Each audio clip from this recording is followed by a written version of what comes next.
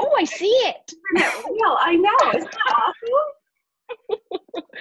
We are live. We We are. are live. Good. So we're with Dr. Beverley David, right? Yes, Yes. that's me. Cool,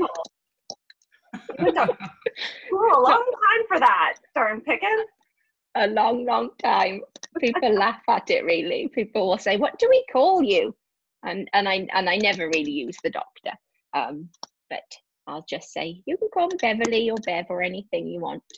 But yes, Dr. Beverley David, professionally. Nice. I'd have that on my wall behind me. I would too.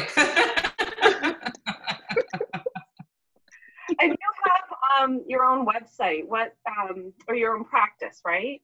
Yes, I do. So I actually am a double doctor. So I'm Dr. Beverley, really. So I have a PhD in sleep research. So my first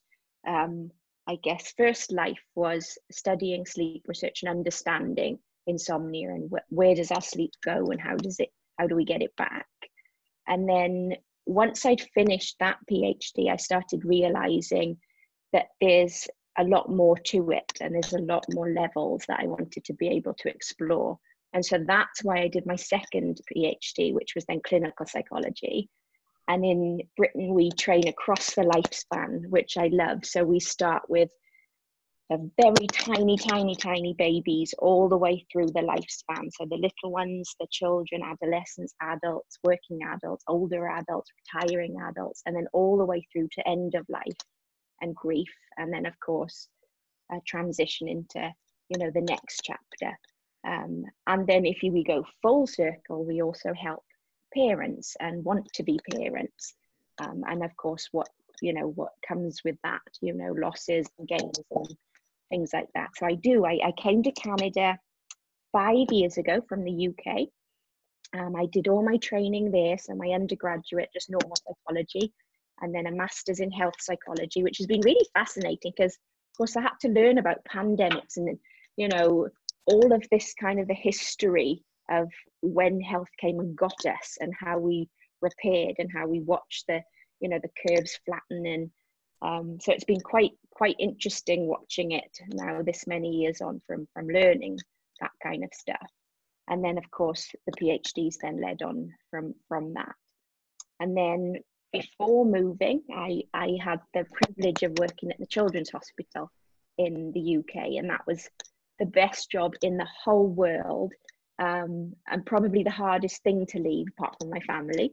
And that was just so nice because it amalgamated everything, because what that needed you to do was to work with the little people and then everybody that supports the little people, the family, the health professionals, the surgeons, the nurses, everybody, as well as then family, friends, school, and the culture, so it was lovely. It's a real systemic approach. And of course, it brings in these transitions of what do we do when stuff changes? Your life is normal and then you get a diagnosis. Yeah, or your life is normal and you come into hospital and have to live in isolation, which sounds very familiar to what we're all feeling now. Yeah. And everything is gone. Friends are gone. Structure is gone. Your connection with school is gone. Stuff you used to love to complain about now is gone and you wish you could get it back. And so it was about helping not only the person that was going through it, and whether it was to prepare them for procedures or help them understand their diagnosis, or even prepare them for end of life, palliative care, but also then the people around them, how to help those little people thrive in a very tricky situation. And so we can draw on all of that in the now, in what we're in at the moment, this very topsy-turvy time. So I'm so glad you asked me to come on. So yes, I got here to Canada, beautiful Uxbridge, and who knew I'd have to retrain? I thought 2 PhDs is enough. They're going to have me. But no, I had to do another one. So in order to retrain. But you should all be happy because it means you're Canadian clinical psychologists are very, very skilled. They do not, you know, make it easy on them. So it was a very hard process of 2 years of just relearning, well, learning everything all over again, and then sitting several exams, orals, and the last exam was 7 hours. I sat there, and thank goodness the little piece of paper came out and said I passed. And Leo, my little boy, who was 8, ran into school and told his whole class, "We passed." And the "we" was just the most wonderful feeling, because he'd had to see me navigate that, you know, studying and practicing, sitting practice exams every weekend for 7 hours. So it was terrible, but it's all done. I'm done. I'm registered. I'm happy. I love it. It means I'm trying to now get the balance, because the aim of this is to be able to, you know, be a good mum and a professional, so I can provide for my little boy. And so I started my own business, my own clinical psychology practice in Uxbridge, in Campbell Suites on the top floor, which is very beautiful. And it's called Your Psychology Centre. And I chose the word "your" because it really is your story, your progress, your goals, your aim, your time, your space. And I just want to let that person know they're the expert, and I'm just there. I'm helping to reframe it and point out the positives that they might not have realized are inside them already. So it's Your Psychology, and I love it, and it's wonderful. And I'm very lucky to have maintained my competencies in all the life stages, so I can see children, adults, families, and yeah. That's amazing. We had talked a little bit about it prior to this call, that it was Children's Mental Health Week. It is. So what does that, we know ourselves as moms, it's definitely different right now, and we're navigating this road that we've never, ever had to go down.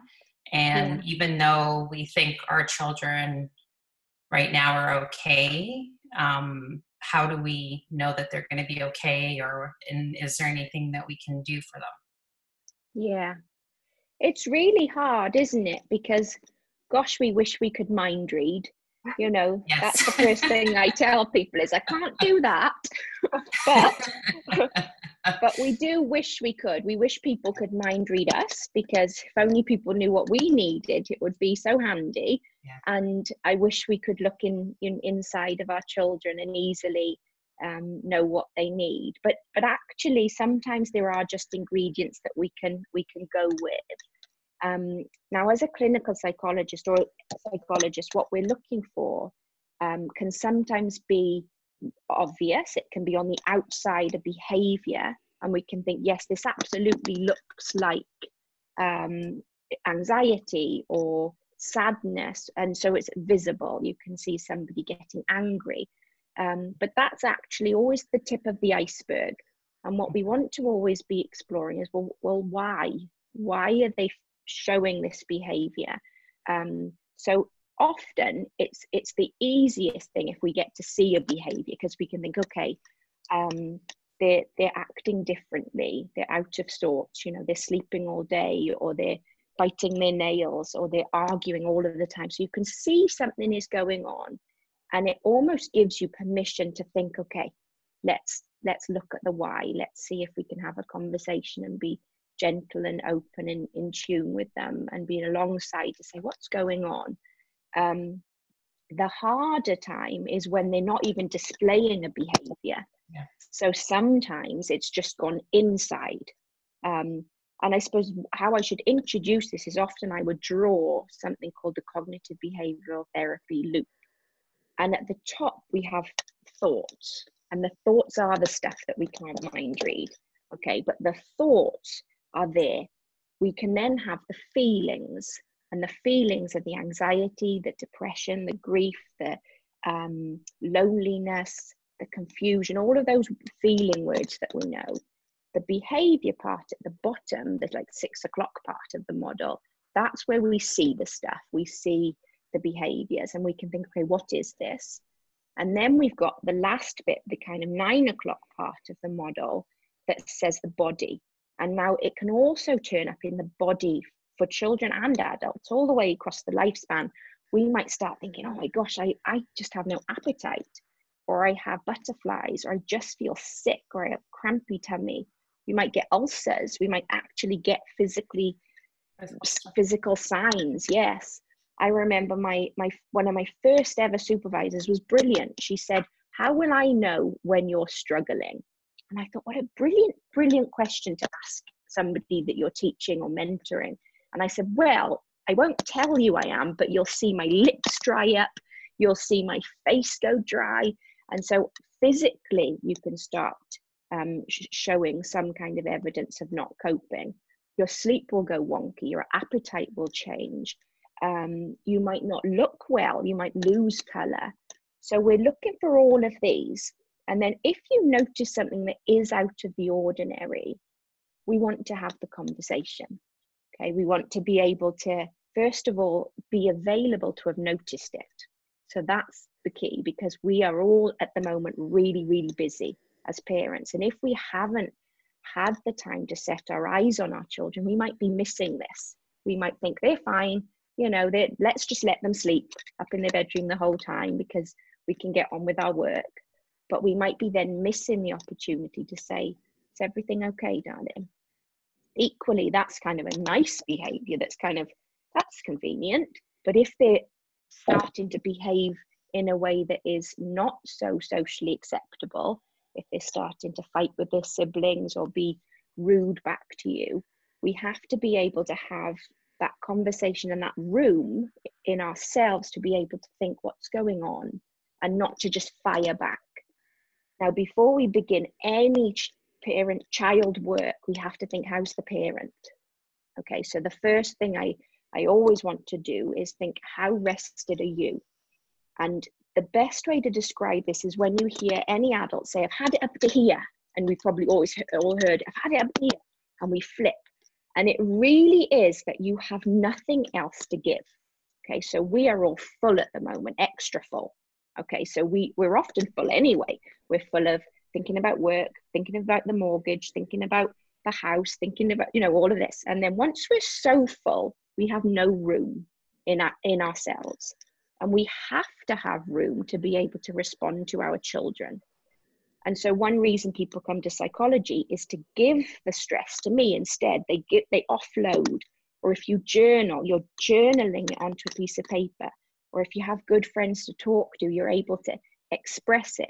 If you exercise, you can find room in your brain. Mindfulness, grounded therapy, all of these beautiful therapies and techniques are to find that space. And once you have room, what you're able to do is, and it's got a beautiful word, it's called containment. And what your job is as a parent is to receive anything your child, and actually your friends and your partners and anybody, any human, you're to receive what they're bringing and repackage it in a nicer form and give it back.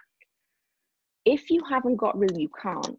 You'll just say, I haven't got the time, or you'll be snappy, or you'll be impatient, or be like, how has this happened again?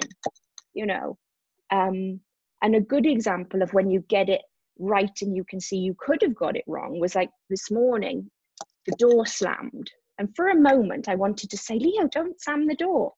And I said, darling, what happened? Because I had room. And he said, oh, the wind blew it. And thank goodness, because I'd have felt terrible if he hadn't have had the chance to say, it was the wind that blew it, mummy, you know. But if we're reactive, it's because we are tired. So number one, we have to get good rest. We have to get hydrated. We have to have our good nutrients in us. We need to have sunshine and a break, because what will dysregulate our children is often us. We are their number one anchor. They're watching us. They've been watching us since the day they were born. They've been watching us since before they were born. They have felt us have stress and rest and excitement and happiness. And a lot of it is non-verbal. So our little people, and even not so little people, because even you and I are going to be watching body language all of the time. If we look stressed, if we're tense, if we look like we're irritated, they feel it and it ripples down. And so they will either retreat and think, oh, okay, I'm only a mum, you know, today, because she doesn't look like she can handle it. Or they push, they need more. Because often when they're pushing and they are kind of, you might think, oh gosh, you're really high need today. It's they are communicating, I need something. And if we push back, then we're not meeting them. We're not in a synchronized relationship and an attunement. And the best way to think about this from the beginning is how you would have been with your tiny baby. Now, it's lovely, the containment and the dance of containment, because you can imagine a tiny baby crying, and you would have attended to the baby and you'd have lifted them up, and you would have said, oh, there, and here comes the rock. You start to rock, just its evolution. You start to sway. And your heart rate has slightly gone up and your voice has slightly gone up. And you're there, my darling, what's going on? And so you've met their emotion, that your heart rate is raised and you've met their heart rate. And now as you problem solve, because it's called the mother's tongue, it can be the father's tongue, it can be any attachment figure that matters to the child. As you problem solve, you'll be chatting, you'll be going, is it your bottom? You'll smell, no, not your bottom. Is it your teeth? And you'll feel, oh, could be your teeth. How about some milk? You might try some milk, and you're problem solving. And that whole time the baby's feeling your heart rate start to slow, and feeling the sway start to slow, and feeling your voice start to just relax. And that's the beginning of it's regulation, internal regulation. And what you want as a parent throughout your child's lifespan is to be able to do that for them. They're going to need you forever to be able to say, what's going on, darling? Is it because you didn't have breakfast? Or is it because your friends didn't invite you to that party? Or are you missing people? We have to be that voice for them. And eventually, if we've done that, when they're older, they're able to find you in their head. And they're able to say, yeah, I shouldn't have missed lunch. I'm grouchy. I'm hungry today. And it's in there. The young people that haven't been fortunate to have that, where we're just too stressed as parents, we then end up dysregulating our babies and then our children. Because if we pick them up and we're like, I don't know, I changed your nappy 10 minutes ago. You don't want my milk. You now have done this to them. They've gone, oh my goodness, you've just dysregulated me. I'm not going to come to you now. I'm not going to come to you as my safe person. And that's the very beginning of attachment. And so now fast forward all the way to now, when we're having to be working at home, parenting at home, doing everything, we're full.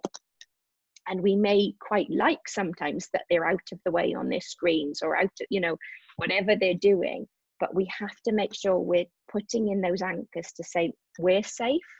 We can create this steady wave of normality through the day, whatever you want that to look like, but keep a consistency, because kids love that. And then be checking in. And so very long answer, because it's really tricky. But we need the space to be able to see it even in the first place. Yeah. And I think I think we do know our kids, right? We do know when they're acting up or not themselves. Yeah. And hopefully we know ourselves too, and we think, oh, I just did the wrong thing. I didn't hold the emotion, I just gave it back at them. And that's a perfect and beautiful opportunity to work on just a repair, because ruptures are real. Ruptures have to happen all the way through our lives. And it's brilliant because it shows our children nobody's perfect. Mm-hmm. And we can say sorry. We can say sorry and mean it. We can come back and say, do you know what? Can we press reset? I was really hungry just now, or I didn't have my hot water yet. You know how much hot water I drink. I was just, you can explain it. And then if they're listening, they're able to say, yeah, I lost my temper yesterday too. It's because I hadn't had, maybe my breakfast yet. And they have the same permission to have our perfect flaws. We're perfectly flawed people. And we have too much perfectionism in the world at the moment, where we think we must be able to do this, we must be able to do that. And if we mess up, we're a failure. or we suck.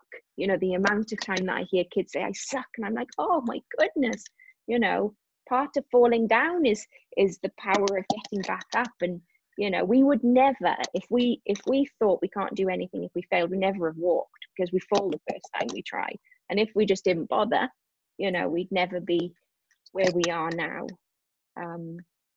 So yes, I would urge parents to get as much rest as they can. That's tricky at the moment.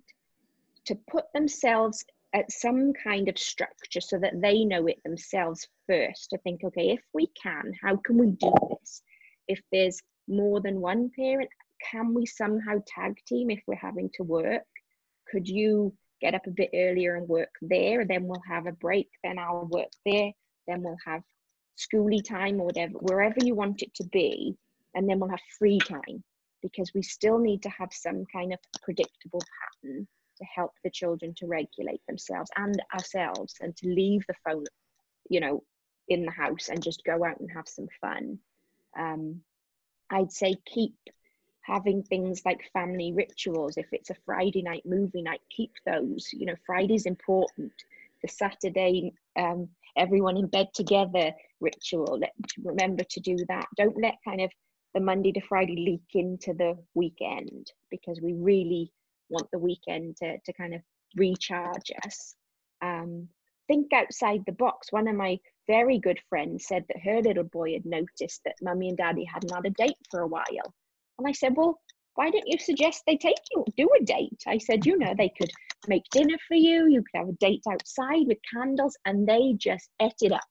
The kids, the three kids just soaked it up. So that bit of responsibility of, do you want to get involved? Do you want to help with this creative bit? Instead of always a no, no, no, no. It's called the yes brain. We can say yes a lot more, even if it's with a condition. You know, if they tug on us and say, Mum, please come on the trampoline, absolutely say yes. Yes, I definitely will in 1 hour. That's a brilliant idea. And they will be flooded with happiness, because any human, all they want to see is that you're pleased to see them. We are so driven to see the sparkle in someone's eye and the subtle nuance of the smile.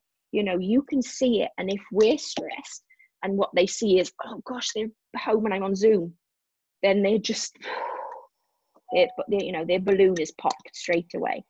But again, you can repair it. You can say, I'm sorry, darling, I was right in that Zoom and I was worrying and I didn't need to worry, and hooray, let's have cuddle o'clock. You know, and then they can understand, you know. I'm trying to think of some nice acronyms to give you, because Daniel Segal is my favorite. So any parent should definitely go and invest in lots of his books. He is phenomenal. He's written all the way through the lifespan. So there's things like the yes brain and parenting from the inside out, and not like it's some, what is the other one? What is it? No Drama Discipline behind me. And then it goes all the way up. The teenage book is Brainstorm, and it's phenomenal. It's written for both the teenagers and us, because they are supposed to start pushing back. They are supposed to leave the nest and start trying out riskiness. And he talks about this essence of a teenager. And he talks about the emotional spark. He loves acronyms. So ESSENCE stands for emotional spark. I wrote it down to remember. Social engagement. They want to engage now in their own peers, because if they were cave people, they'd be starting their own little group. You know, they're going to be meeting later at night. Their circadian rhythm shifts. Like it actually is biological that they need to go to bed later and then sleep later on in the morning. And just society doesn't allow it. So if parents are willing, let it happen at the moment. Let it happen, you know, because if they're staying up a little late, not too late, because we have to still be parenting, then they can have their lie-in, and then hopefully they'll be full of life to do their homework and things like that. Novelty, they love novelty, creativity. So get to kind of meeting that adolescent where we wish we were still. You know, because if we could have some more essence, like, and play and just bring on, you know, all that stuff that we used to have as teenagers back into our adult life, we'd be thriving. You know, we just get a bit boring. But it's really good. Yeah, so he's brilliant. And then for the adults, he's written a book called Aware, and that's all about that mindset. And what he talks about, of course, is everything from attachment, that's soothing, that containment, that's empathy, that's you as a parent mind reading. It's going, is your tummy hurting? Is it your nappy? Is it your teeth? You're trying to mind read them, and then you'll get the right thing. You'll go, you were hungry. Yeah. And it's resolved. Yeah. And so what we know is if we get that right, as adults, we're better at it. We're able to see, my friend looked sad. I think I'm going to drop off some flowers. Or my friend looked really stretched. I'm going to say I'm going to take the kids for a day. This is harder because of our, physical distancing, but we can still try. When my sister might be stretched, she's in Australia, I might say, let me read Harvey a story via FaceTime. And he can be occupied for a whole hour of story time. And then he wants to see the frogs in the tank. And then he wants to see Leo's toys. And she can just have a little bit of a break, even virtually, which is remarkable these days. That's a great idea. I know my youngest, 11, he's 11, and he will get on FaceTime and read stories to his cousins in Ottawa, just because his mom needs a break. And they're also wanting some socialization too, right? They just want somebody else other than her. So, yeah. And the giving is so rewarding because love, it doesn't matter whether you're giving the love or receiving love, it feels the same. So your little boy will be feeling so proud and needed and important and validated, and that's just the essence of life. It's so lovely. What a great idea. Amazing. So what else should I tell you? What did I write down? So I said, in times of trickiness, I said there's another acronym, redirect, which he loves. Okay, so reduce your words, even with older children. Just say, what's going on? Let's talk. Let's make some time for us to talk. Even jump into bed with our teenagers, because we've got to remember the love languages that they will always carry with them. Is it touch? Is it words? Is it acts of service? Is it gifts? Often touch, because it's another body language, is better than anything. If you see your little one is struggling, just touch them on the shoulder, and they'll feel that you're feeling okay then, because you're not tense, So reduce words, embrace the emotions, and that's being with, that's seeing them, to say, what's going on? You look angry, but how are you feeling? Because like I said, that tip of the iceberg, it could be something else. It could be being lonely. It could be feeling something because they couldn't do their homework. It might come out as an angry, but it's because they're feeling embarrassed that they might not have been able to do it, or shame because, I don't know, they uploaded the wrong thing that, on, I don't know, Google Docs or something. So it's always important to go deeper, to think, I wonder what it could be, involve the children in lots of things. If you're able to say, okay, so mum's going to be on Zoom at this point, what do you want to do in that time? And then let's plan that afterwards, because then they can understand the why. Use that conditional yes, because they love it. Shall we build a puzzle? Yes, definitely next week, because I definitely have some time. Let's get it out. Let's prepare for it to happen. Emphasize the positives, because we have to just go back to that idea. Discipline is just really tricky, because in the olden days it was thought, say it then, say it right in that moment. If they've done something wrong, you nail it in the, what do they call it? Nip it in the bud. But actually that comes from classical conditioning. That comes from kind of animal studies of psychology, the reward with dogs to reward good behaviors and things like that. But children, if they're already in that, they're already dysregulated. They're likely already feeling a lot of shame and embarrassment and stubbornness. They're not thinking with their clever brain. So when I talk about the brain, I talk about the primitive primal bit right at the back that will keep you surviving. It's the fight, flight, faint, or fawn response right back there. And it's the oldest part of the brain. and it's the oldest in evolution, but also it was developed first as you're being developed in vitro. It's going to keep you alive, okay? Then comes along the clever brain, this bit, the prefrontal cortex. And so I call old brain, clever brain, but the old brain will always win, always. So when it is sparked, this clever brain turns off. It's offline. It can't suddenly reason, and it can't suddenly look at all of the alternative solutions that they could have done. Problem solving goes out the way. Language goes out of the way. Impulsivity goes up. But if you then are using language to talk to your child and discipline them, they can't hear you. Their ears aren't even on because this brain isn't into hearing it, understanding it. It's just ba, ba, ba, ba, ba, ba. And then they'll probably do something wrong again. So really you want to wait. You just want to wait and have these conversations when the ears are open, and then talk to them and say, what do you think was going on? You know, did you see mummy was a bit busy when she was holding like your bag, my bag, the dog, the coffee, and then you came and like pushed me, you know, like, what do you think was going to help them understand the why, you know? But yeah, so that's another thing to just remember, that don't go at it when they're already in a place of kind of stuckness. Say, how about, you know, grab a book. We can, because it's not giving in. It's not, people will say, oh, you're making a rod out of your own back, or whatever it says, but it's not. You're still gonna have the message later. They're gonna see that you respect them, and you want the same back, and then you'll have a more success with it for sure. It's wonderful. I think Great. you've given us so much information. No, we could go forever on this. I'm sorry, I could. I'm very bad. No. I did a webinar on Tuesday night, and I talked for 2.5 hours, I think, without even taking a breath. And I was like, how did that just happen? It was just crazy. Well, we're going to include your information so that if anybody wants to get in touch with you and get an appointment with you, they can.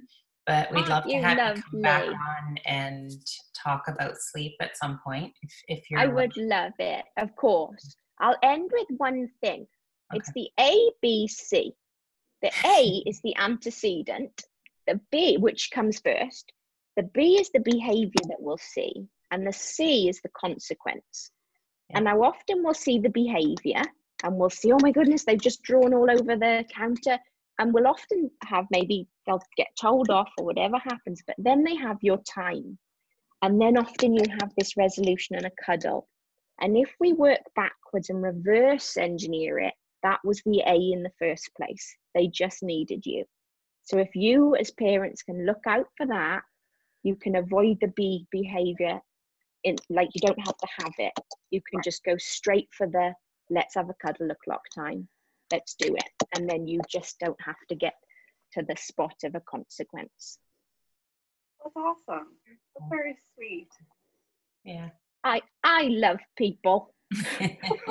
We're all trying our best, aren't we? And we will all fail. We will all fail. Yeah. Trial and error. It is. Trial and error. Yeah.